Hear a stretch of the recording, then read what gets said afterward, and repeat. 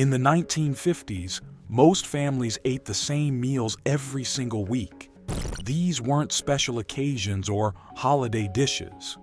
They were dependable dinners that showed up again and again, quietly feeding households and shaping the rhythm of everyday family life. Today, we're going back to family kitchens in the 1950s to relive 25 forgotten meals families ate week after week and where those routines went. Number 25 starts with a casserole dish that turns scraps into a full dinner. Number 10 is the slow kind of meal that makes the whole house smell good hours before you sit down. And number 1 is the Sunday roast that didn't just feed one night, quietly set up the whole week. This isn't about saying the past was perfect. It's about remembering how ordinary food carried care, warm plates, familiar smells, and someone calling you to the table like it mattered.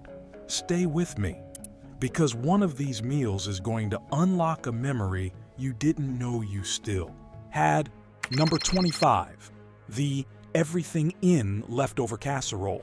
You open the refrigerator and it's not a dinner yet. Just small bowls with odds and ends, each covered in wax paper and stacked like quiet possibilities. A jar with a spoonful of gravy. A plate with 2 lonely slices of meat. A small dish of vegetables that weren't exciting yesterday and won't be exciting today, unless you know the trick. Someone pulls out an enamel baking dish, sets it on the counter with a dull clunk, and you can already hear the oven preheating. That low hum that makes the kitchen feel awake. A little of this, a little of that. Meat from Sunday, vegetables from last night. A scoop of mashed potatoes that's not enough for anyone on its own. Sometimes a can gets opened to make it reach farther. It all gets stirred together, pressed down, topped with crushed crackers or buttery crumbs, and baked until the edges bubble and the top turns golden. When it comes out, the kitchen smells like something new, even though it's made of yesterday. The corners get fought over. The serving spoon scrapes the dish like it's digging for buried treasure. It's the kind of meal that turns not enough into plenty. And you learn the trick without anyone teaching it. Waste is something you can outsmart if you pay attention. So tell me, did your house call it leftover casserole, mystery bake, or something even funnier? Number 24, creamed chipped beef on toast. The pan is already going when you walk into the kitchen, and the smell is peppery and rich. Someone stirs white gravy with a steady wrist. No recipe card in sight, like their hand has memorized the motion. You hear the spoon scrape the bottom of the pot. That soft shh that means it's thickening. Toast pops up, gets laid on a plate, and the gravy comes down over it like a blanket. It steams in the cool air, and the whole meal feels both plain and oddly reassuring, like the kitchen is saying, "We've got you." There's something about it that feels like a working week, like uniforms and lunch pails and early mornings, like a dinner that doesn't ask you to have extra energy. Some dinners were built for tight weeks and tired nights, and this one knew its job. Did your family call it the polite name or the nickname that made the adults laugh? Number 23, tuna noodle casserole with peas. You hear the can opener clink and you already know where the night is headed. Noodles boil, the timer ticks, and someone drains the pot with a practiced tilt, steam fogging the window for a second. A mixing bowl gets pulled out and the spoon is already waiting. Tuna, noodles, peas, and a creamy sauce that holds everything together. Sometimes it's a can of soup doing the heavy lifting. Sometimes there's a handful of crushed crackers or potato chips over the top. Sometimes it's just baked until the surface browns. and makes those crispy corners everybody secretly wants. The smell is warm and familiar, and the dish is heavy when you carry it to the table. It feeds everyone without needing a long explanation.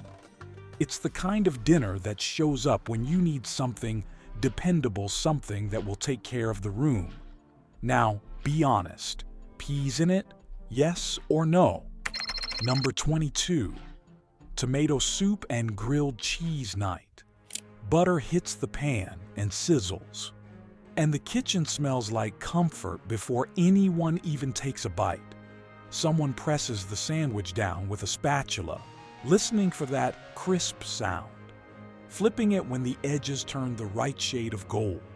A red and white soup gets poured into a pot, diluted with milk or water depending on the household, and stirred until it turns glossy.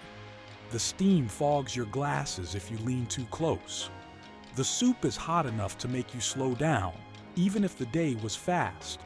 You don't need fancy to feel safe. You just need warm in your hands and something to dunk. A kid bites too early and learns that lesson immediately. If you grew up with this, you can picture the plate already. So how did your grilled cheese get cut? Diagonally or straight down the middle? Number 21. Liver and onions. Onions hit the skillet first, and the smell fills the house, fast, sweet, and sharp at the same time.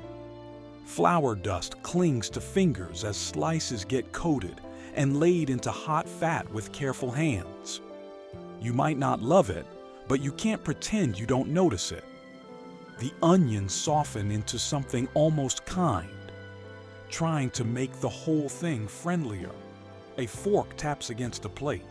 Somebody pours a glass of milk like it's part of the deal, and the table gets quiet in that just eat way.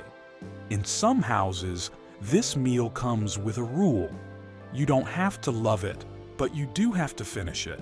The grown-ups talk about good for you without making a speech, and kids learn how to swallow a dinner they'll joke about later. Some meals were less about preference and more about the week getting handled.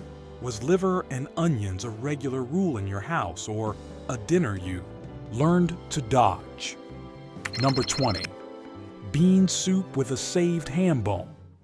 The ham bone is saved on purpose. It gets wrapped up, tucked away, and treated like a future ingredient instead of trash. By afternoon, it's simmering in a pot with beans, and the kitchen smells like patience, slow, warm, and steady. Someone skims the surface, stirs the bottom, and tastes the broth like they're checking the weather. The lid gets tilted just enough to let steam escape. A wooden spoon rests across the top like it lives there. Bread gets sliced for dipping, and the pot seems to feed people before it ever reaches the table. The kind of dinner that makes you feel like the house is taking care of you, not the other way around. It's the kind of meal that makes leftovers feel like a gift. Did your soup pot stay on the stove all day, letting the smell reach every room? Number 19. Meatloaf with ketchup glaze. Hands mix everything together in a bowl. No one squeamish. No one delicate about it. Ground, meat, crumbs, maybe chopped onion, maybe a splash of milk, maybe an egg cracked with one hand. The mixture gets pressed and turned until it looks right. And nobody says what right means, because everyone knows. The loaf gets shaped and set into a pan, and then comes the glaze. Ketchup, maybe a little brown sugar, maybe a secret splash of something that never gets written down. Sometimes the glaze goes on at the beginning. Sometimes it goes on halfway through like a finishing touch. When it bakes, the smell is sweet and savory. And it's the kind of smell that makes you hungry even if you swore you weren't. Somebody insists you can't cut it too soon, like waiting is part of the flavor. When the knife finally goes in, you hear that first soft slice, and the kitchen gets quiet for the first bite. If there are leftovers, They become cold meatloaf sandwiches the next day, wrapped in wax paper, tucked into a lunch pail, eaten fast between errands. Everyone had their version, so what bound? Yours together. Oats, breadcrumbs, or crushed crackers. Number 18, chicken and dumplings. A big pot bubbles on the stove, steam fogging the window and making the kitchen feel like a sheltered place. Flour dust sits on the counter like snowfall, and someone rolls dough with an ease that makes it look simple. You hear the rhythm. Stir, roll, cut, drop. Dumplings get slid into the pot flat and wide or soft and puffy, and you watch them disappear, then rise again like they're alive. The broth thickens, turning from soup to comfort. It's the kind of meal that slows everyone down, the kind of dinner that makes a cold day feel less sharp.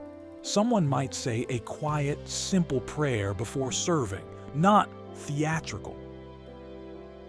Just grateful, like that's the normal thing to do. If you could smell one pot from that decade again, this might be it. Were your dumplings flat and tender, or fluffy like little pillows? Number 17, stuffed bell peppers. Bell peppers sit upright in a baking dish like little cups, bright and serious. The filling gets packed inside rice, meat, tomato pressed down with the back of a spoon so it won't collapse.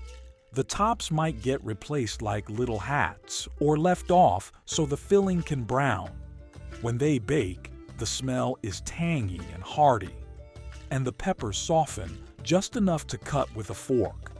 Somebody scrapes sauce with a piece of bread, like that's the best part, and the plate looks like it belongs in a family photo. The peppers make it feel like dinner has structure, like it's not just a pile of food. It's a meal with edges and shape, the kind of thing you remember even if you didn't love it as a kid. Some people ate the whole pepper like it was nothing, and some people negotiated. Did you eat the pepper or leave the shell behind?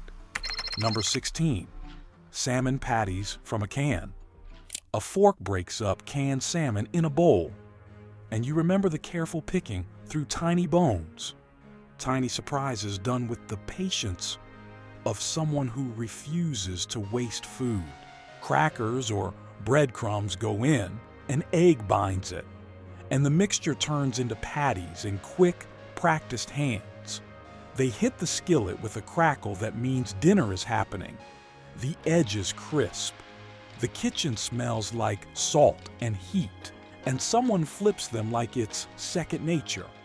There's usually a side dish that's been around forever: peas, potatoes, maybe something pickled. And there's always the condiment moment, the little decision that makes the plate feel like yours. Everybody had a topping allegiance. Did you eat yours with ketchup, tartar sauce, or a white sauce someone swore by? Number 15, breakfast for dinner, pancakes and bacon. Batter gets poured, and you watch for bubbles like it's your job. The griddle smells sweet, and bacon makes its own soundtrack. Sizzle, pop, and the occasional warning from an adult to back up. Syrup comes out, and suddenly the week feels less heavy, like the kitchen pulled a small trick to make everyone smile. Someone flips a pancake too, early, and it folds. Someone flips one perfectly and acts like it was effortless. Kids get excited because breakfast for dinner feels like the rules have loosened. Adults like it because it's fast, filling, and doesn't require a long grocery list. So, which one was your house's favorite on a night like that? Pancakes, waffles, or French toast?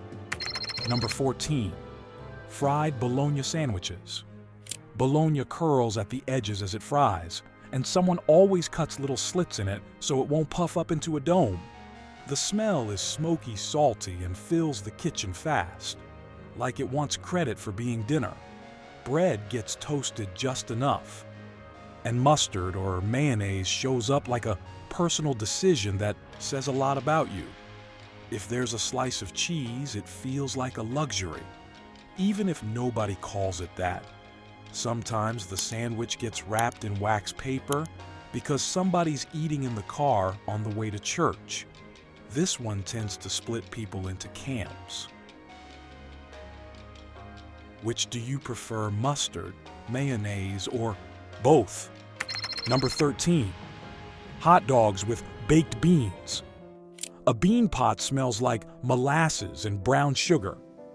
And sometimes you can spot hot dog slices mixed right in like it was planned that way from the start. Plates get served quickly, and nobody pretends it's fancy. The table is loud. Someone asks for seconds before they finish the first helping. A kid gets sauce on their shirt and gets wiped off with a napkin that does absolutely nothing.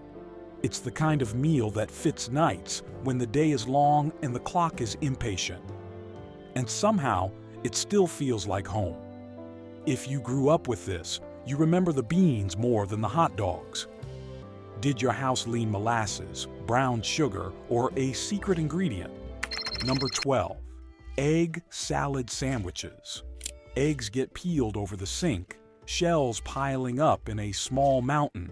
Someone mashes yolks with a fork, mixing in mayonnaise, pepper, and maybe a little mustard. If relish appears, it becomes a household debate. Sandwiches get cut, plates get set down, and the meal feels like lunch wearing dinner's shoes. There's a simplicity to it that matches midweek life. Not dramatic, not complicated, just steady. Sometimes it shows up on a night when the adults have been in and out of the house all day.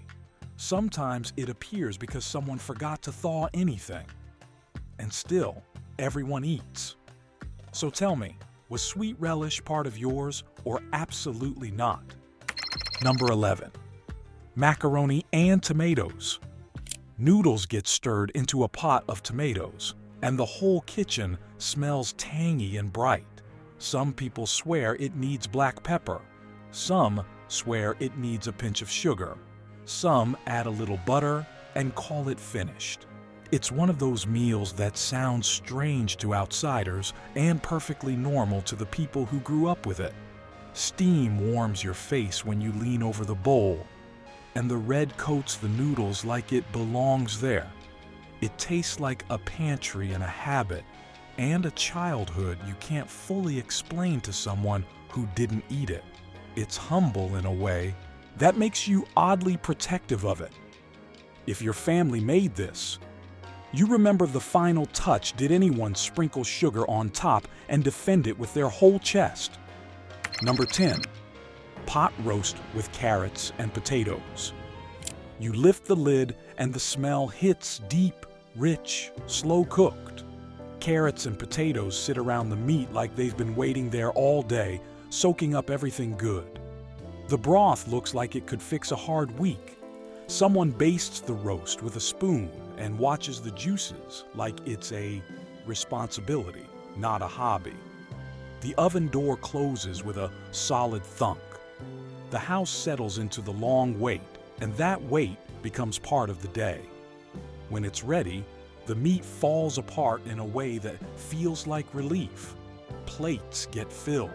Someone asks for more gravy. There's usually silence for the first few bites, the kind of silence that says, "This is good," without needing compliments. In your home, did pot roast cook all day? Or did it get started late and still somehow turn out fine? Number 9, ham with scalloped potatoes. Scalloped potatoes bake until the top turns golden and the edges get a little crisp. Ham slices sit beside it, salty and comforting. The kind of plate that looks like a memory. Sometimes onions are baked right in, soft and sweet. Sometimes there's black pepper on top that makes it feel grown up. And there's always the unspoken leftover planned sandwiches tomorrow. Bone for soup later, bits for something that stretches. This is one of those dinners where the next day is hiding inside the first day, where you can almost see tomorrow's lunch while you're chewing. Be honest, did you fight for the corner piece with the crispy edge? Number 8. Chicken a la king on toast points. Cream sauce gets stirred until it's smooth, and little pieces of chicken and peas make it feel fancy even if it was built from leftovers. Toast points get arranged like the kitchen is putting on a tie. You spoon it over bread and it feels like company food. The kind of meal that might show up when guests are coming, or when the week needs a little lift. It's creamy, peppery, and strangely elegant for something made from whatever was around. A lot of people remember this as the meal that made them feel grown up for a night. Like dinner had manners. Like the plate was wearing its best clothes. In your memory, did this feel special and fancy, or did it show up like any other weeknight dinner? Number 7. Cabbage rolls.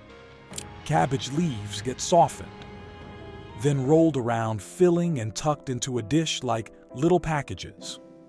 Sometimes toothpicks hold them in place, like secrets being kept from falling apart. Tomato sauce bubbles around them, sweet and sour at once, and the smell fills the house in a way that makes you understand why somebody bothered with the effort. You can almost hear the spoon tapping the pan after serving, scraping up the sauce. This is the kind of meal that takes hands and time. The kind of food that says someone worked for this without anyone announcing it. And when you grow up, you realize that effort was love. Your family probably had a name for them. Was it cabbage rolls, pigs in a blanket, or something only your house said? Number 6. Split pea soup. The soup thickens as it cooks, turning into a pot you have to stir with intention. The smell is earthy and warm, and if there's ham in it, the whole thing becomes richer, like it's wearing a coat. Bread gets sliced for dipping, and the kitchen feels like winter even if it isn't. Somebody taps the spoon on the rim before serving, and the table goes quiet in that satisfied way that happens when food is simple but right. Sometimes you eat it with crackers that crumble into the bowl. Sometimes with homemade bread if the household had the time. Sometimes you find yourself liking it more than you expected, which feels like a surprise you don't want to admit. So, which version lived in your house, ham in it, or plain? Number 5. Fish, sticks, and peas. A baking sheet slides into the oven and you can already imagine the crunch.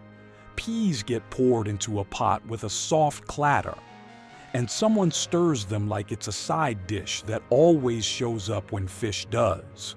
Fish sticks line up like a habit you don't question, and the smell turns crisp as they bake.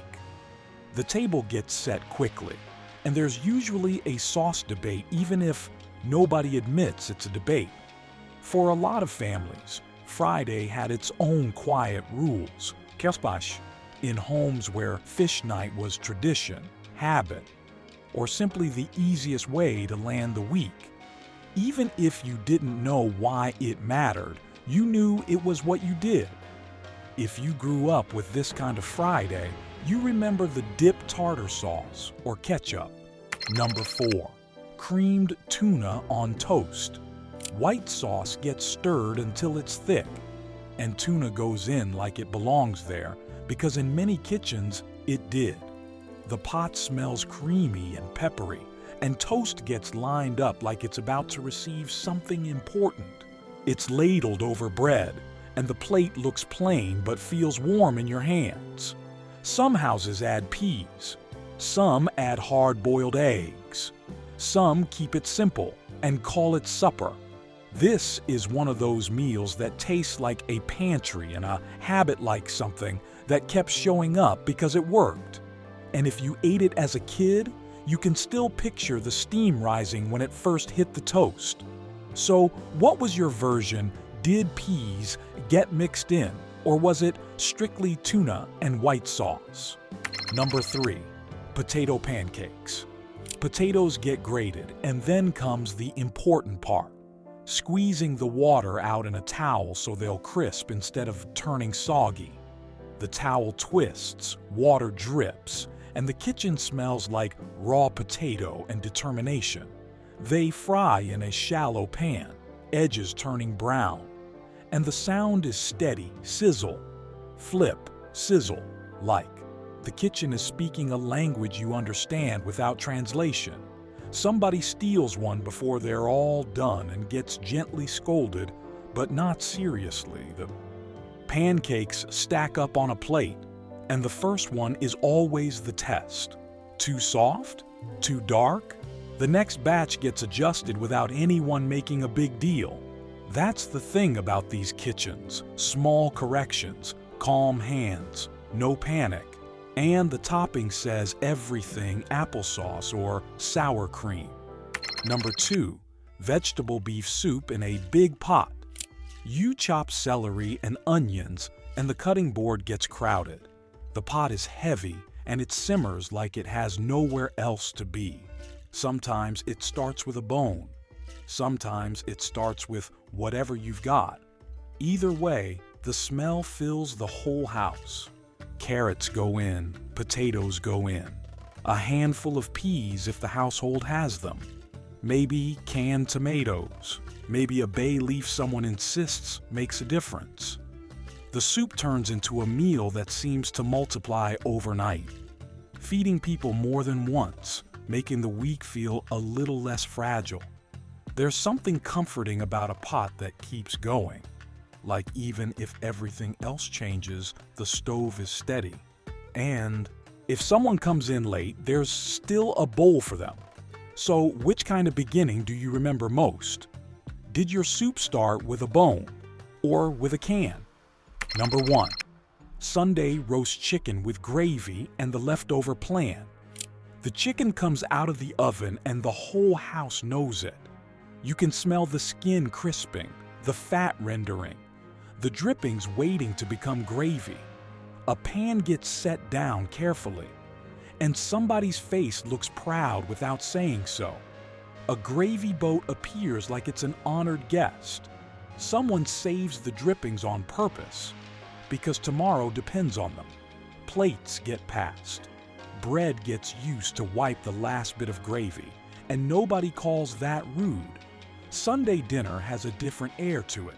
Sometimes it follows church, when everyone's still dressed a little nicer, and the table feels like an extension of the sanctuary, another place where the family gathers and slows down. Someone might say grace. Someone might remind the kids to chew with their mouths closed. The rhythm is familiar. And the leftovers are not accidental. They are a plan. Chicken sandwiches, chicken salad, soup, casserole. Use what's left. That's how a single roast becomes a whole week support. So tell me, what did your family always do with the leftovers? Chicken salad, soup, sandwiches, or something only your house did? And now you're back where we started, recipe box open, cards fanned out, the percolator still burbling like it always did. In the 1950s, these meals weren't trying to impress anyone. They were trying to hold a week together. A lot of them didn't disappear because they were meaningless. Life just sped up, options multiplied, and dinner had to fit inside a louder kind of day. But the feeling underneath those plates still makes sense. The comfort of repetition, the steadiness of a table, the quiet care of someone feeding everyone again. So tell me this, which meals showed up in your house every week like a rule? And which smell takes you back fastest? Onions in a skillet, bread in the oven, or soup on the stove? And if this opened a memory drawer you forgot was there, subscribe and stay close. There's more of that memory trail ahead.